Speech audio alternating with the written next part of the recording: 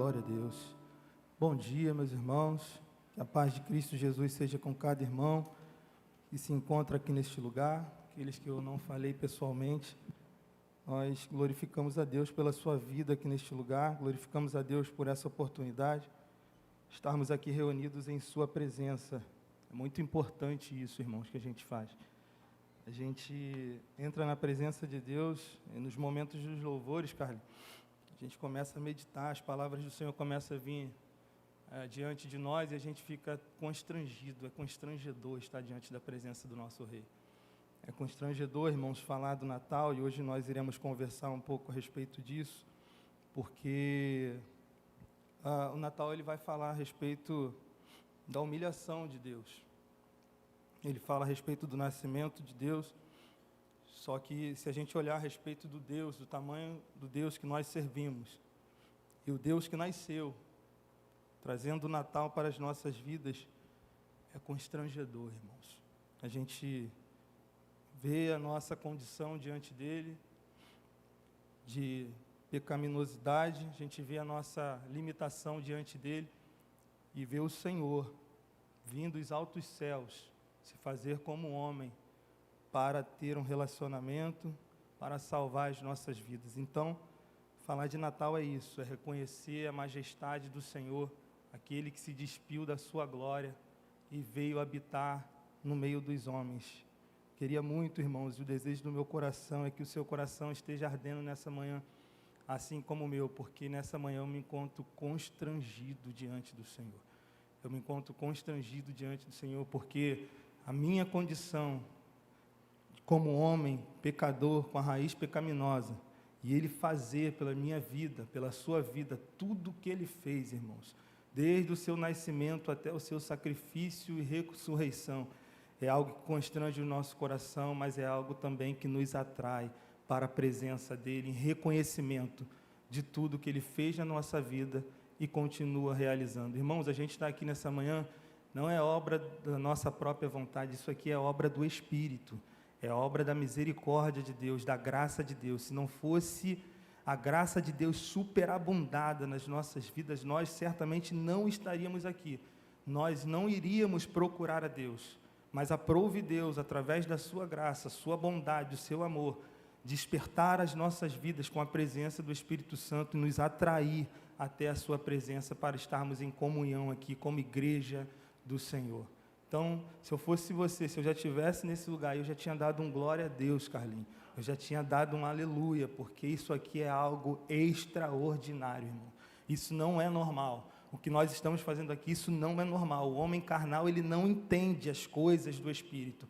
Ele não consegue entender este culto, ele não consegue entender essa presença que inunda os nossos corações. Somente aqueles que são atraídos pelo Espírito conseguem sentir essa presença, conseguem compreender tamanha glória de Deus que está neste lugar, porque a sua igreja está reunido louvando o teu nome. Quer saber de uma coisa? A Bíblia diz, irmãos, que neste momento existe uma parte dos anjos que não param de adorar a Deus. A Bíblia diz que eles ficam 24 horas adorando ao Senhor. E sabe o que acontece quando a gente começa a adorar a Deus? As nossas vozes, os nossos louvores se juntam às vozes desses anjos, dizendo que Ele é santo, santo, santo é o Senhor, irmãos. Você faz parte de um coral celestial, porque você adora ao Senhor.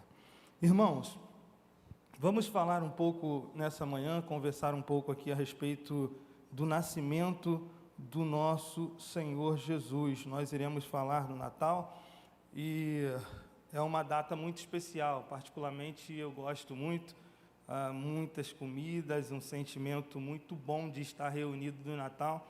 E nós queremos, durante esse mês, diante dessa série que foi proposta pelo presbítero Wallace, conversar um pouco do que verdadeiramente é o Natal nas nossas vidas. Então, vamos orar, pedindo a bênção do Senhor, para que nessa manhã Ele traga entendimento e clareza às nossas vidas. Pai, nós queremos Te bendizer mais uma vez aqui nessa manhã, pedindo a Sua misericórdia, a Sua graça e a Sua bondade, que mais uma vez, ó Pai, repouse sobre as nossas vidas. Aqui está diante do Senhor um humilde servo que reconhece que não é nada sem o Senhor. Se o Teu Espírito, ó Pai, não tomar posse na minha vida e transmitir a Sua palavra aos meus irmãos que nessa manhã se reúnem, certamente, ó Pai, não terá clareza, entendimento, mas nós Te pedimos e contamos que o Teu Espírito nos conduza aqui nessa manhã, Senhor, a fim de que todas as palavras que saiam da minha boca possam, ó Pai, penetrar diretamente o coração de cada irmão e cada irmã aqui nessa manhã, Senhor, e aqueles que nos acompanham pela internet, a fim, Senhor, de que a Tua palavra traga, Senhor, edificação, transformação e renovo nas nossas vidas. Nós iremos falar, Senhor, a respeito de um dos eventos mais extraordinários da história, que foi o Seu nascimento. Ó Pai, que essas palavras possam impactar os nossos corações e que possamos sair daqui nessa manhã, Senhor, espalhando a notícia de boas novas, o Seu Evangelho, porque o Filho de Deus nasceu, habitou entre os homens, morreu naquela cruz, ressuscitou para nos dar salvação e nós Te glorificamos. Amém, Pai. Irmãos, falar de Natal é uma coisa especial. Eu particularmente gosto muito do mês de dezembro, é um mês alegre, um mês que a gente vê muitas luzes, obrigado. Um mês que a gente mexe com o nosso coração até a respeito de caridade, a respeito de necessidade do próximo. Então é um mês que vai mexer muito com os nossos sentimentos, com as nossas emoções. O Natal ele é comemorado em grande parte do mundo, principalmente no Ocidente, porque diante de diversos tipos de cultura é comemorado de muitas formas. No Japão, por exemplo, o Natal eles não comem o chester, né, o pernil igual nós comemos aqui, eles têm uma cultura de comer frango frito no Natal. Mas, diante da sua cultura, eles ainda estão comemorando o Natal. E a gente percebe, irmãos, que é uma data que ele mexe com o mundo. É uma data que ele chama a atenção para uma mesma direção. E a gente vai perceber que, diante de todos os países, se a gente chegar agora em outros países, nos Estados Unidos, na Itália, na Espanha, aonde quer que seja, no mundo ocidental, nós veremos que essas cidades elas estão enfeitadas para o Natal. Nós iremos ver que as lojas estão com produtos que vendem a respeito do Natal. As pessoas estão motivadas e se relacionando, a conversa talvez no ambiente de trabalho, na faculdade ou escola, sejam a respeito do Natal. Aonde que você vai passar? Vai ser na sua casa esse ano? Quem vai estar reunido? Você vai para algum lugar? Então, irmão, o mês de dezembro, ele mexe muito com a gente e faz a gente olhar para uma mesma direção. Este é o Natal. Só que o que nós queremos conversar, irmãos, é que durante toda a história do cristianismo, desde a sua inauguração há 2000 anos atrás, algumas coisas foram conversadas a respeito de Cristo. E nós sabemos que o Natal, para o cristão e também para o ímpio, ele vai falar a respeito do nascimento de Jesus. É claro que o mundo, o ímpio, ele vai dar destaque a outras coisas, diferentemente do que os cristãos. O cristão, ele olha para o Natal e ele tem que olhar para o Natal dentro dessa essência, a respeito do nascimento de Jesus. Por quê? Porque o nascimento de Jesus, a obra de Cristo, ele vai fazer que as outras coisas que estão relacionadas, como caridade, como ajudar o próximo, como a comunhão, elas vão ser secundárias, mas elas vão ser consequência ao nosso olhar a respeito do nascimento de Cristo, porque veio para realizar uma grande obra. Então, irmãos, nós falamos do Natal a respeito dessa visão. Uma visão que vai falar a respeito de um velhinho de barba grande, que traz presente para as crianças. Fala-se muito no Papai Noel, principalmente dentro da cultura americana, ali também no Canadá. E nós percebemos que algumas coisas elas acabam desviando o foco do verdadeiro sentido do Natal. Mas nós, irmãos, que nos debruçamos diante da palavra do Senhor, que servimos ao Senhor, que enxergamos e entendemos que a nossa presença neste lugar, que a nossa chamada diante do Senhor, a nossa convocação para fazer parte desse reino, ela passa diretamente para o Natal. E nós conseguimos enxergar que o nascimento do nosso Deus é uma coisa espetacular, irmãos.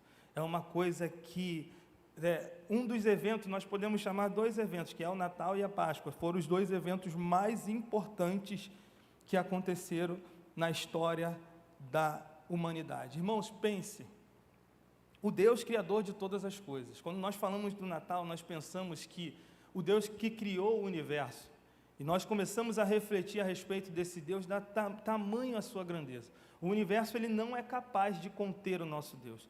A nossa mente, ela não é capaz de compreender o nosso Deus. Quem nunca pensou em Deus e começou a refletir sobre o tamanho? Quer ver uma coisa? Pensa na eternidade, irmãos. Pensa sobre o que não ter início e nem fim.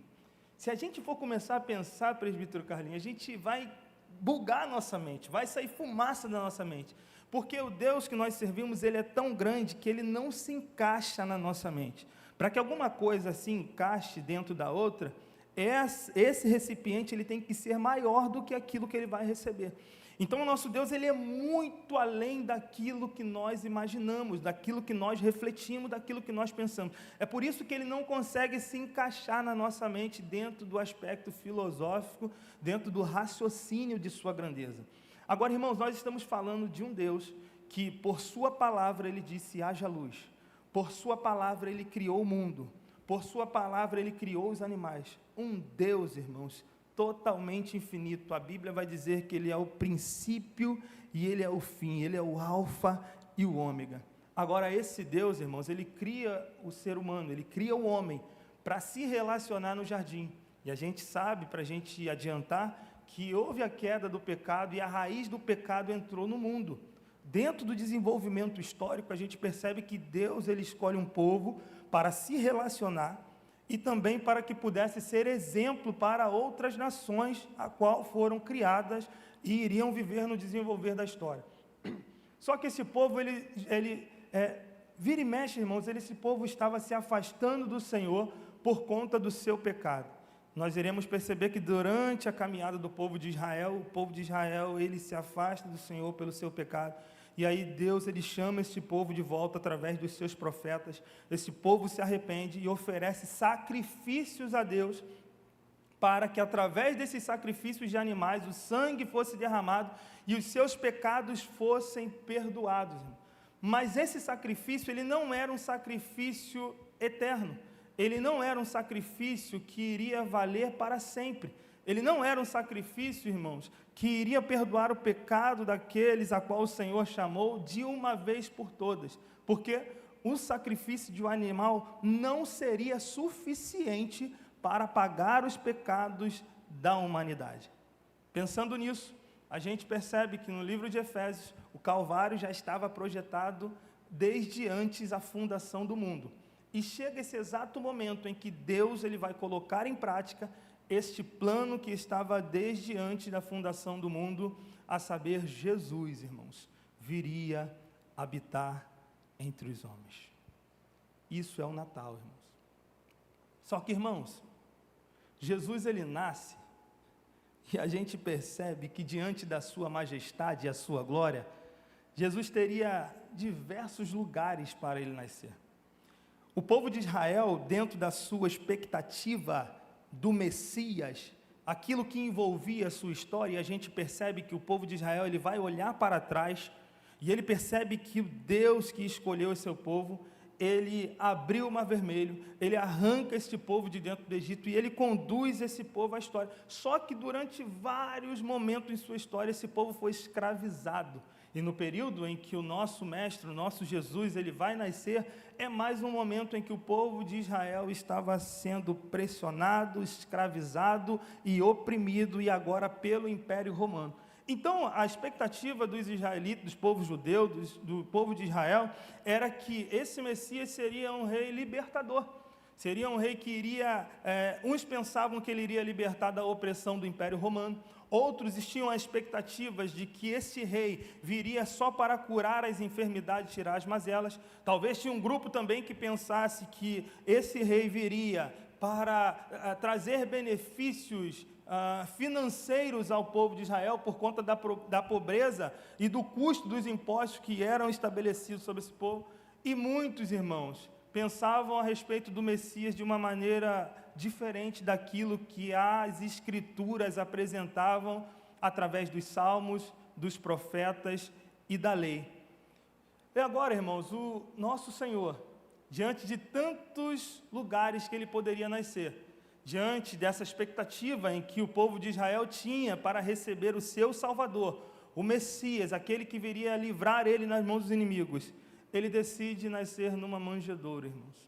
Porque naquele período em que o nosso Senhor nasce, era um período que as pessoas deveriam ir à sua cidade natal para que pudessem sofrer um censo ou passar por um censo e pagar os seus impostos ao Império Romano. Então a Bíblia vai dizer em Lucas capítulo 2, a gente ainda vai ler esse texto, que não tinha lugar para o Senhor nascer, não tinha quarto para que ele pudesse nascer, e o lugar que restou para ele nascer foi a manjedoura, irmãos. E nós queremos conversar aqui nessa manhã a respeito da manjedoura, a respeito da humilhação do Senhor, a respeito da mensagem que o Natal traz para a gente. Vamos ler o texto que se encontra no Evangelho de Lucas, capítulo de número 2, versículo de número 8.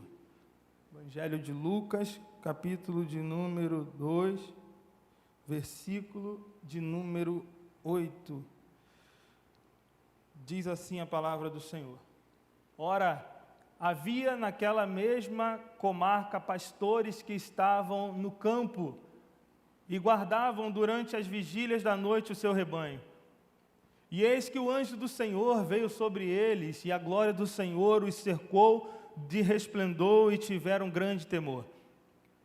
E o anjo lhes disse: Não temais, porque eis que aqui vos trago novas de grande alegria, que será para todo o povo. Pois na cidade de Davi vos nasceu hoje o Salvador, que é Cristo Senhor. E isto vos será por sinal: achareis o menino envolto em panos e deitado numa manjedoura. E no mesmo instante apareceu com o anjo uma multidão dos exércitos celestiais, louvando a Deus e dizendo: Glória a Deus nas alturas, paz na terra, boa vontade para com os homens até aqui. Irmãos, nós estamos falando a respeito desse Deus que ele se despiu da sua glória. Presbítero Wallace, e a gente percebe que o Deus criador de todo o universo, o Deus que tem todo o poder em suas mãos, o Deus que não perde uma batalha, irmãos, o Deus que conduziu e conduz a história, agora ele está como um menino, irmãos. O Deus autor da criação, agora ele depende da sua própria criação, Carlinho, para que ele pudesse ser alimentado, para que ele pudesse ser educado, para que ele pudesse ser protegido. Jesus, ele veio como um menino, irmãos, para que ele pudesse ser amamentado através de uma virgem, irmãos. O Deus que traz todo o resplendor da sua glória, agora ele se esvazia de toda a sua glória, e ele vem habitar no meio dos homens que o rejeitaram durante a história, homens que não o compreenderam, e que mesmo ele livrando diversas vezes o seu povo a respeito dos seus inimigos durante a sua trajetória no Antigo Testamento, este povo que o rejeitou por diversas vezes, que o trocava por bezerro de ouro, que faziam ídolos para ele, esse Deus agora ele decide se esvaziar, descer no meio dos homens, irmãos, e agora ser conduzido pela sua própria criação. Irmãos, para e pense, Jesus é Deus, irmãos. Jesus agora está como um menino, Jesus agora é amamentado, ele é educado, Jesus agora ele é protegido pelos humanos, Jesus ele desce e ele passa por todo o processo que o ser humano, ele poderia muito bem para salvar a humanidade vir num cavalo branco, irmão, entre as nuvens, assim como será a sua próxima vinda, irmãos, ele poderia fazer de todo outro jeito, mas ele escolheu se humilhar, passar pelas mesmas aflições, pelos mesmos processos que a sua criação, que os homens que o rejeitaram, passaram, irmãos. Irmãos, nesse momento ele está sentado num trono de glória, irmão, magnificado, exaltado, glorificado, irmãos. Este Deus, irmãos, este Deus que somente com uma palavra pode fazer existir todas as coisas, irmãos, Ele habitou entre nós. Isso é a mensagem do Natal, irmãos. O Natal é presente, o Natal é ceia, é comida, é caridade, mas a mensagem do Natal, ela vai falar e apontar diretamente para o Deus, o único Deus, irmãos, que habitou entre os homens, irmãos. Mas teve um motivo do porquê Deus habitou entre os homens, ou para que Deus habitou entre os homens. E eu destaquei aqui nessa manhã, para a gente falar a respeito de alguns motivos que eu queria conversar com vocês. O primeiro motivo que eu coloquei a respeito de Deus habitar entre os homens, e eu fiz uma pergunta: para que Ele se encarnou? A primeira resposta que eu achei dentro do contexto bíblico seria para se assemelhar ao homem, para experimentar o efeito da queda e para sentir as mesmas dores que eu e você, irmãos. Irmãos, durante a história a gente vai perceber, porque hoje nós falamos a respeito de Trindade, hoje nós falamos a respeito da encarnação do nosso Deus, e isso é maravilhoso porque hoje nós temos referências bíblicas, referências históricas, nós temos livros, irmãos, que nos ajudam à compreensão do texto bíblico para que a gente possa chegar a essa conclusão que o Filho de Deus, o Deus triuno, habitou entre nós. Mas durante o processo, principalmente ali entre os 5 primeiros séculos da igreja, surgiram muitas questões, irmãos, e isso é importante falar, porque essas questões que surgiram, essas discussões a respeito da compreensão do Deus triuno se fazer homens, refletem até hoje na nossa sociedade. Surgiram o gnosticismo, o arianismo, e aí, irmãos, a respeito desses movimentos que surgiram, muitos deles falavam que Jesus ele não poderia ser Deus. O gnosticismo falava que a matéria ela é má, logo Deus seria somente espírito e ele não poderia habitar no meio dos homens, porque se a matéria é má, logo Deus ele não poderia vir como matéria, como homem. A teologia que vai falar a respeito do arianismo, irmãos, iria falar também que Jesus ele não era divino. Isso reflete muito na sociedade de hoje. Um tempo atrás, umas 2 semanas atrás, eu estava até conversando a respeito com um colega, que ele enxerga o cristianismo, enxerga Jesus dessa forma, irmão. Acredita-se que é um homem abençoado por Deus, iluminado, diferenciado, nós podemos trazer para as nossas palavras, mas que ele não era Deus, que Jesus não era Deus, e isso é uma teologia muito forte, talvez que a gente não ouça falar, porque graças a Deus nós estamos envolvidos com uma teologia saudável aqui neste lugar. Mas se a gente for para o ambiente acadêmico, se a gente for para o ambiente dentro da sociedade a respeito do que ela pensa de Jesus, nós iremos perceber que todas essas reuniões, todas essas discussões, esses eventos que foram acontecendo, principalmente nos primeiros séculos, irmão, refletem até hoje. Só que lá nos primeiros séculos também houveram concílios para que pudessem ter decisões, de uma vez por todas, discussões profundamente teológicas para definir a respeito da natureza de Jesus, da natureza de Deus e também do Espírito Santo. Então nós louvamos a Deus que hoje nós vivemos um tempo, 2000 anos após, irmãos, essas discussões, para que nós chegamos ao conceito com certeza, diante da nossa fé, é claro, que Jesus é Deus, que existem 3 em 1, que o Espírito Santo do próprio Deus habita em nossos corações, e nós queremos louvar ao Senhor, só que tem um motivo, irmãos. Jesus ele se encarnou, e talvez os homens que fizessem essa discussão não conseguiriam pensar conforme a Bíblia nos apresenta, porque a Bíblia vai dizer que ao se encarnar, irmãos, Jesus foi tentado. A Bíblia vai dizer que ao se encarnar, Jesus chorou. A Bíblia vai dizer que ao se encarnar, ele suou gotas de sangue, irmãos.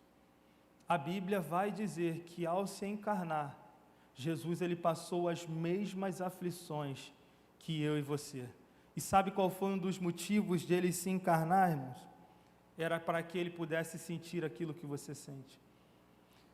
Era para quando você se sentir fraco, angustiado, oprimido, irmãos, você se ajoelhar diante de Deus, pegar a sua palavra e Ele te dizer em alto e bom som, mediante a sua palavra: eu também sofri, eu também fui tentado, eu também me senti fraco, eu também chorei quando eu perdi um ente querido, eu também suei gotas de sangue, eu também fui tentado por Satanás, irmãos. E um dos primeiros motivos porque ele se encarnou foi para dizer para você que ele sofreu, mas ele venceu. E que se você sofre, se você está sofrendo, se você chora, se você sente dor, você também pode vencer, irmãos, porque ele está contigo, irmãos. Ele não desistiu mediante as dores. Ele não desistiu, ele não voltou atrás com o seu plano mediante as suas tentações.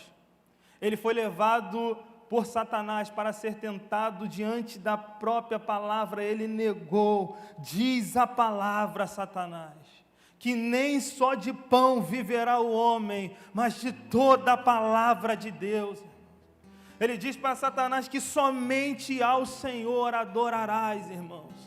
Naquela tentação ele nos traz lições, que diante das pressões das nossas vidas, que diante das angústias das nossas vidas, que diante dos momentos difíceis das nossas vidas, sabe qual é a resposta que nós temos que dar, irmãos? Está aqui, na palavra, irmãos.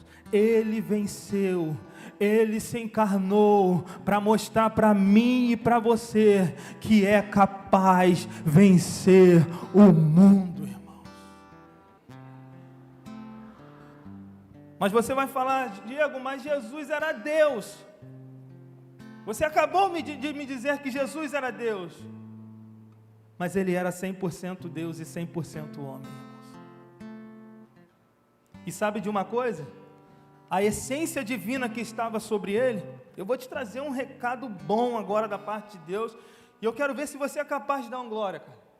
Porque a essência divina que estava sobre ele é a mesma essência divina que está sobre você. Porque ele, quando ele foi ao Pai, quando ele ressuscitou, ele vai falar: eu não vou deixar vocês órfãos, eu não vou deixar vocês sozinhos, eu vou enviar o Consolador para habitar dentro de vocês. Se Jesus fosse tentado em 100% homem, irmãos, se ele não tivesse a sua essência divina, se ele não adorasse o Pai, se ele não se inclinasse às Escrituras, certamente ele não venceria, irmãos. Mas ele nos dá uma receita. A receita é estar diante do Pai, se humilhar diante do Pai. Ele, sendo Deus, ele se humilhou diante do Pai, ao ponto de dizer: Pai, está doendo muito, se for possível, passe de mim este cálice, mas todavia, entretanto, ó Pai, não seja feita a minha vontade, mas seja feita toda a sua vontade. É assim que deve ser a nossa postura, irmãos, diante do Senhor. Nós passamos aflições, nós passamos momentos difíceis, mas Ele também passou, irmãos. Então, o primeiro motivo para que Ele se encarnou, nós podemos dizer que era para se colocar em nosso lugar, mostrar para mim e para você que é possível vencer. Mostrar para mim e para você que, por mais que esteja doendo, nós somos capazes de ir até o final, diante daquilo que Deus determinou para as nossas vidas, irmãos. Segundo motivo que ele se encarnou, irmãos, ele se encarnou, e eu destaquei aqui, para que ele pudesse levar os nossos pecados, irmãos. Nós estávamos debaixo de uma condenação, irmãos. Nós estávamos diante da raiz pecaminosa do pecado. Nós estamos diante de uma raiz, diante do pecado de Adão. Nós herdamos o pecado em nossas vidas. E nós nascemos assim. Eu disse aqui no início que não seria possível o sacrifício de um animal tirar, remover a culpa que estava sobre nós. E quando ele veio, irmãos, ele se fez maldito naquela cruz. Olha o que diz no texto de Isaías, capítulo de número 53, versículo 4 e 5. Certamente, ele tomou sobre si todas as nossas enfermidades e levou as nossas doenças. Contudo, nós o consideramos castigados por Deus atingido e afligido. Mas ele foi transpassado por causa das nossas transgressões, foi esmagado por causa das nossas iniquidades. O castigo que nos trouxe a paz estava sobre ele, e pelas suas feridas somos sarados. Ele tomou sobre si, irmãos, todas as nossas enfermidades. E essas enfermidades é a enfermidade do pecado, a principal enfermidade que ele tomou sobre si. Ele veio, nasceu, viveu como homem, mas não pecou, foi perfeito em tudo, cumpriu toda a lei, morreu injustamente, irmãos, mas se fez pecado por mim e por você. Esse sacrifício foi aceito porque alguém que foi perfeito, alguém que não pecou, se entregou para morrer no lugar de todos os outros aqueles que não foram perfeitos, porque todos os homens pecaram e destituídos estavam da glória de Deus. Ele levou os nossos pecados, ele se fez maldição, ele sofreu naquela cruz. Olha o que diz no texto de Gálatas, capítulo 3, versículo 13: Cristo nos resgatou da maldição da lei, fazendo-se maldição por nós, porque está escrito: maldito todo aquele que for pendurado no madeiro. Irmão, ele se fez maldito, ele atraiu para si todas as maldições, para que ela não recaísse sobre nós, irmãos. Ele se sentiu sozinho naquela cruz, e ele foi crescendo, estudando as Escrituras, e começou o seu ministério sabendo que chegaria um momento que ele iria sofrer, iria ser esmagado por aqueles a qual ele veio amar e resgatar, irmãos. Mas esse processo, a sua caminhada ministerial e de vida, ele não deixou de amar, ele não deixou de perdoar, ele não deixou de ensinar, irmãos. Ele sabia que naquele momento ele seria feito maldito, ele atrairia para si todas as maldições, se sentiria sozinho, os seus amigos o negariam, virariam as costas para ele. Mas ele não desistiu, irmãos. Ele levou sobre si todas as nossas enfermidades, as nossas maldições, irmãos. A paz hoje que habita em nossos corações, irmãos, vem dele, vem dele. Essa paz que excede todo o entendimento, que o homem natural não compreende, mas o homem que é espiritual consegue descansar. Essa paz vem dele, porque ele tirou todo o transtorno. E eu não estou dizendo que você não vai se afligir, que você não vai se preocupar, que você não vai chorar, que você não vai se angustiar. O que eu estou dizendo é que todas as vezes que você estiver passando por esses momentos, você precisa olhar para a cruz e dizer: Ele levou todas as minhas transgressões, todas as minhas enfermidades, o castigo que me traz a paz recaiu sobre Ele, e sobre as suas pisaduras eu sou sarado pelo Senhor, eu sou sarado pelo Senhor. Eu sou sarado pelo Senhor.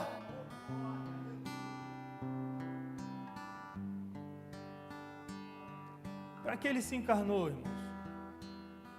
Para levar os nossos pecados.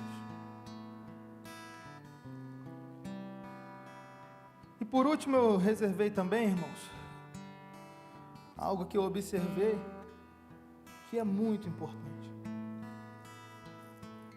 Além de mostrar para a gente que Ele sofreu, que nós sofremos, se fazer homem, passar pelas mesmas aflições que nós, além de levar os nossos pecados, Ele se encarnou para ter um relacionamento com a gente.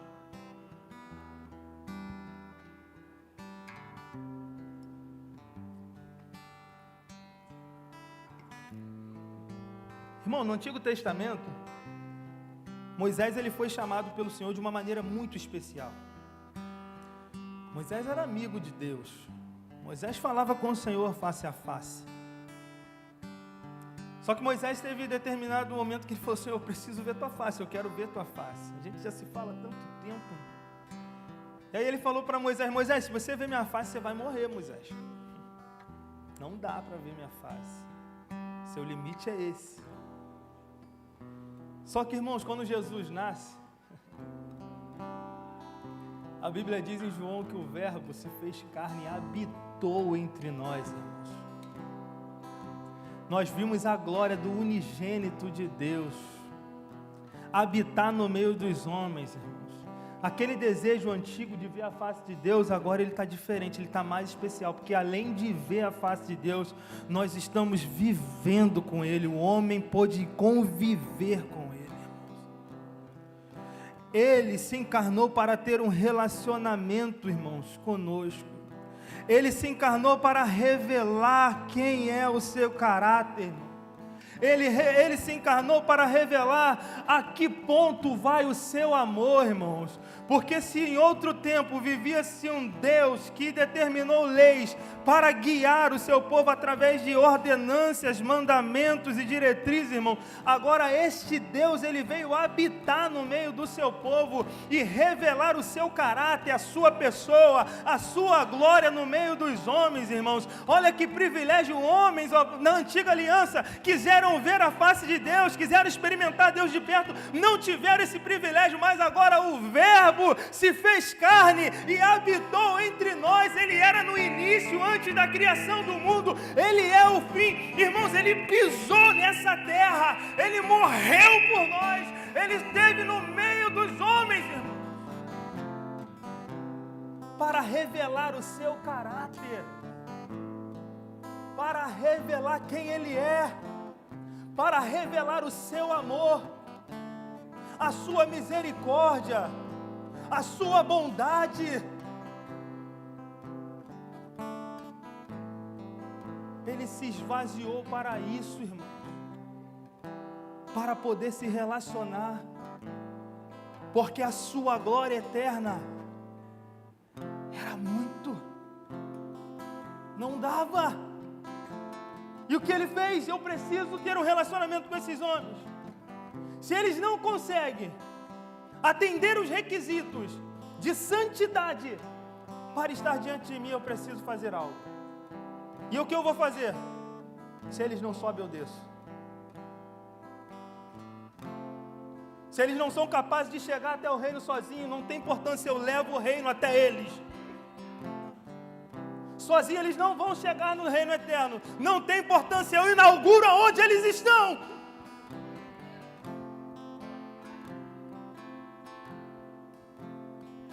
Eu vou até eles.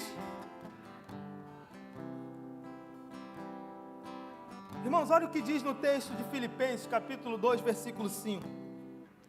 De sorte que haja em vós o mesmo sentimento que houve em Cristo Jesus, que sendo Deus, sendo em forma de Deus, não teve por usurpação ser igual a Deus, mas fez a si mesmo de nenhuma reputação, tomando a forma de servo, obediente até a morte e morte de cruz. Ele está dizendo que haja em vós o mesmo sentimento. Olha que Paulo está falando aos Filipenses. Sentimento, irmão, quando nós falamos de relacionamento, nós estamos falando de sentimento. E relacionamento, nós sabemos que para um relacionamento ele ser saudável, ele requer sacrifício de ambas as partes, irmão. Ele se sacrificou, ele se esvaziou para viver um relacionamento. E eu preciso te perguntar isso aqui nessa manhã, porque eu me fiz essa pergunta um monte de vezes essa semana quando eu estava meditando. que eu tenho feito que esse relacionamento seja saudável? Será que eu tenho seguido que o apóstolo Paulo falou aos Filipenses, que haja em vós o mesmo sentimento?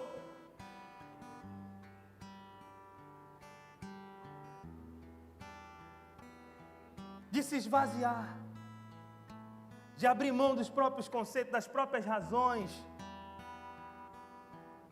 das próprias convicções, das próprias vontades, por que não dizer dos próprios sonhos? Mano, eu tenho refletido tanto sobre isso, porque o Deus da glória eterna, o Deus que tem toda a sua majestade, que tem todo o poder do céu e da terra, irmãos, Ele deu atenção ao nosso relacionamento.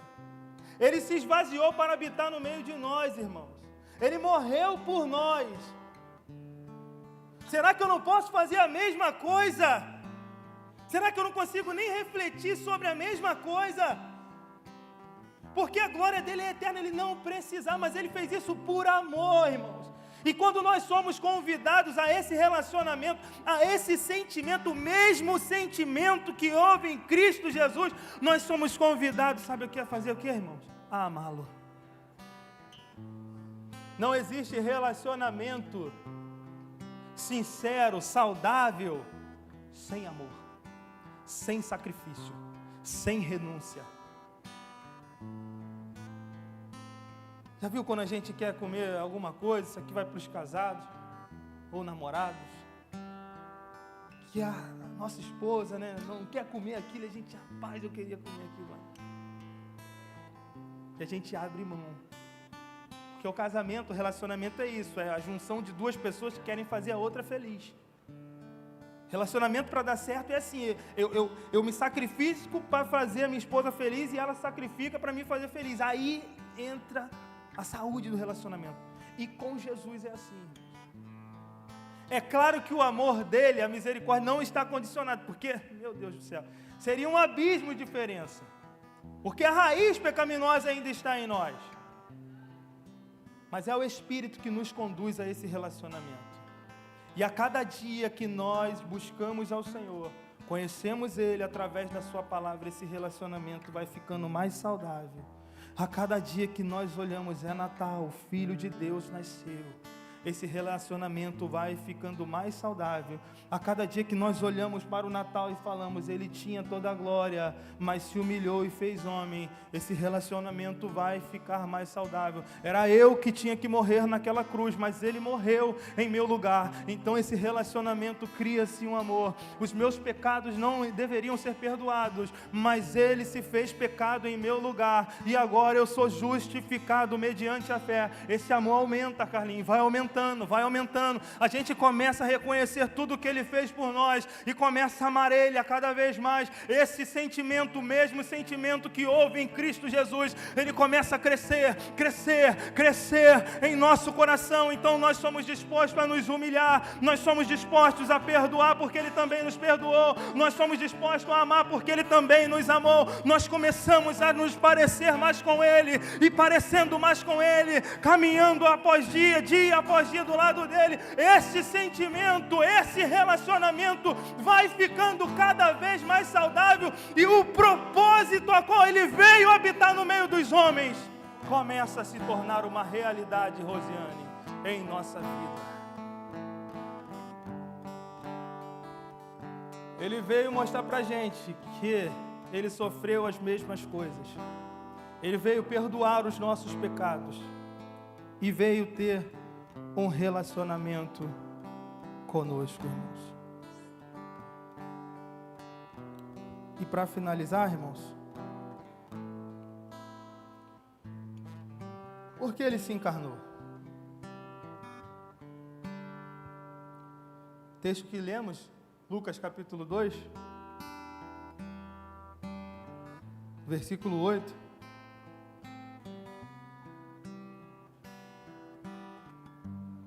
diz assim: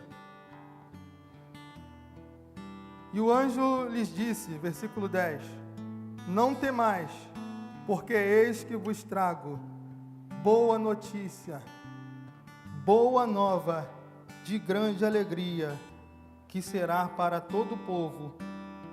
Olha o objetivo: porque vos nasceu neste dia, na cidade de Davi, um Salvador, que é Cristo o Senhor. Ele se encarnou para nos salvar. Se coloque de pé nessa manhã. Irmãos, nós estávamos perdidos. Não tinha solução para a gente. Não haveria salvação. Lá em Gênesis 3,15, ele faz uma promessa, que na semente da mulher nasceria um que pisaria na cabeça da serpente, esmagaria a cabeça da serpente. E ele cumpre isso. Ele nasce da semente da mulher. Ele esmaga a cabeça da serpente. A sentença do pecado, que é a morte, estava sobre nós. Mas o objetivo da sua encarnação foi para trazer salvação à nossa alma, irmãos. E hoje você está aqui com o coração alegre, se alegrando diante dessa palavra, diante dos louvores que são ministrados. Sabe por quê? A salvação chegou, irmão, na tua vida. É Natal. Notícias de boa nova, evangelho, que é a palavra evangelho, ou seja, é a boa notícia. Isso é o Natal. O Natal é a boa notícia. O evangelho é que um Salvador morreu em nosso lugar, irmãos. Ele se fez maldição em nosso lugar. Ele se fez pecado em nosso lugar. Era eu e você que tinha que estar lá naquela cruz, mas foi Ele. Ele disse: deixa que eu vou, porque eles não serão capazes. Eles não aguentariam essa dor. Irmãos, a Bíblia diz que quando ele estava no Calvário, ele se sentiu tão sozinho, como se o Pai o tivesse abandonado. E ele diz: Pai, por que me abandonaste? Irmãos, Pedro negou, Judas o traiu, e ele já tinha consciência disso, irmãos. Doeu, eram companheiros que estavam do lado dele. Mas quando ele estava naquela cruz, que ele olha para o Pai, e ele se sente abandonado, a maldição estava sobre ele. Ele diz: Pai. E talvez se eu tivesse no lugar dele, pudesse conjecturar, eu falaria: Pai, os meus amigos me abandonaram, está doendo. As pessoas pela qual eu vim amar e morrer por eles, não estão se importando, mas pelo contrário, estão me crucificando, está doendo. Mas por que me abandonaste, o Senhor? Irmãos, ele se sentiu sozinho, para que hoje eu e você nunca mais nos sentisse só, irmãos. Ele se sentiu, irmão, condenado e amaldiçoado, para que eu e você nunca mais nos sentíssemos amaldiçoados, irmãos. Porque toda maldição contra a nossa vida foi quebrada na cruz, irmão. Foi por isso que ele sofreu, foi por isso que ele se encarnou, para não nos deixar só, irmãos, como ele se sentiu só, para que nunca mais precisássemos sofrer como ele sofreu, para pagar o preço por mim e por você. Vamos ao louvor.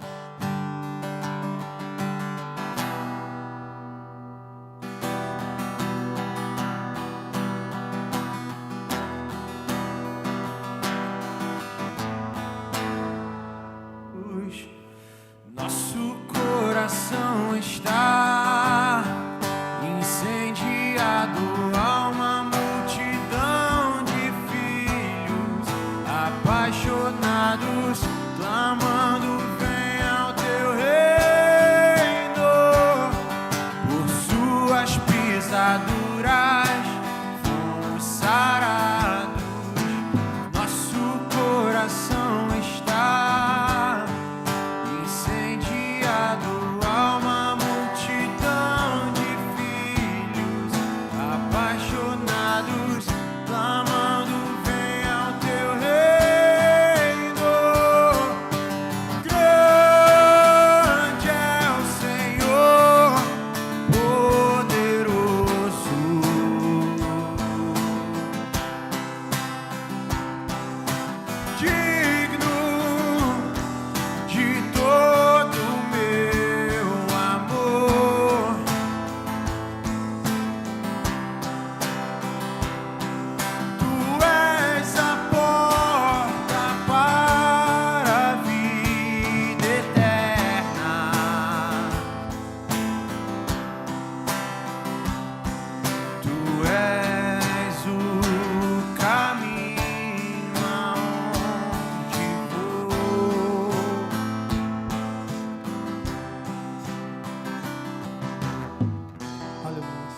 Pai, nós queremos orar ao Senhor na manhã desse dia.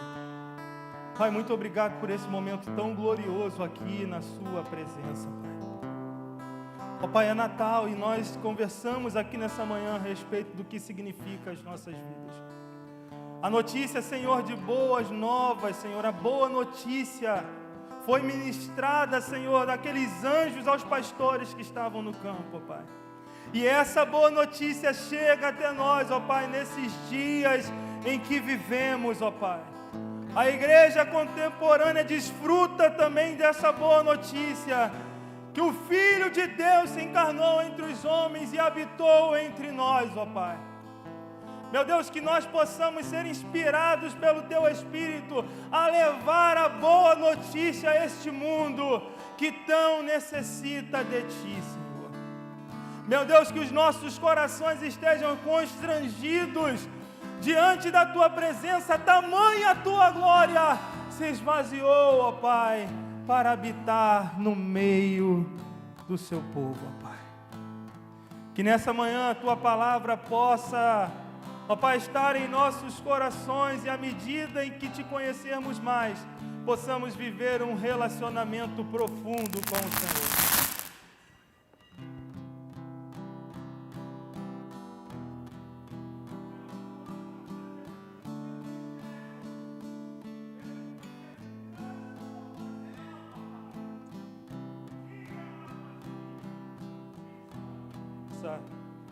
Em nome de Jesus, em nome de Jesus.